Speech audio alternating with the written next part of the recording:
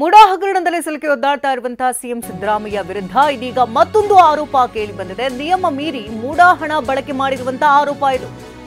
CM ವಿರುದ್ಧ ಗವರ್ನರ್ಗೆ ಮತ್ತೊಂದು ದೂರು ದಾಖಲಾಗಿದೆ. ಮುಖ್ಯ ಕಾರ್ಯದರ್ಶಿಗೆ ಸ್ಪಷ್ಟನೆಯನ್ನ ಕೇಳಿದ್ದಾರೆ ಗವರ್ನರ್. ಈ ಸಂದರ್ಭದಲ್ಲಿ ಈ ದೂರಿಗೆ ವಿವರಣೆಯನ್ನ ಕೇಳಿದ್ದಾರೆ ರಾಜ್ಯಪಾಲರು. ಶಾಲಿನಿ ರಜನೀಶ್ಗೆ ವರದಿಯನ್ನ ಕೇಳಿದ್ದಾರೆ ಗವರ್ನರ್. ಹಿಂದೆ 377 ಕೋಟಿ ಕೆಲಸ ಮಾಡಿದ್ದಾರೆ.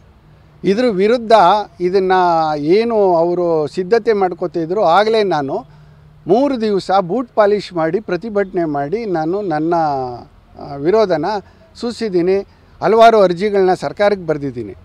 ಅದನ್ನು ಅವರೊಂದು ಶಕ್ತಿಯುತವಾಗಿ ಈ ಒಂದು ಏನು ರಾಜಕೀಯ ಬೆಂಬಲದಿಂದ 377 ಕೋಟಿನ ಖರ್ಚು ಮಾಡಿಬಿಟ್ಟಿದ್ದಾರೆ.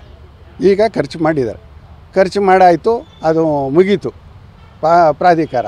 ಈಗ ಅದೂ ಅಲ್ಲದೆ ನಮ್ಮ ವರ್ಣ ಕ್ಷೇತ್ರಕ್ಕೆ 40 ಕೋಟಿ ಮತ್ತು ಶ್ರೀರಂಗಪಟ್ಟಣ ಮಂಡ್ಯ ಜಿಲ್ಲೆಯ ಶ್ರೀರಂಗಪಟ್ಟಣ ಕ್ಷೇತ್ರಕ್ಕೆ 15 ಕೋಟಿ ವೆಚ್ಚ ಮಾಡಲಿಕ್ಕೆ ದಿನಾಂಕ 6/9/23ರಂದು ಒಂದು ಸಭೆಯಲ್ಲಿ ವಿಚಾರ ಇಡ್ತಾರೆ. ಸರ್, ನಾವು CBI ತನಿಖೆ ಕೇಳಿದ್ದೀನಿ ಸರ್.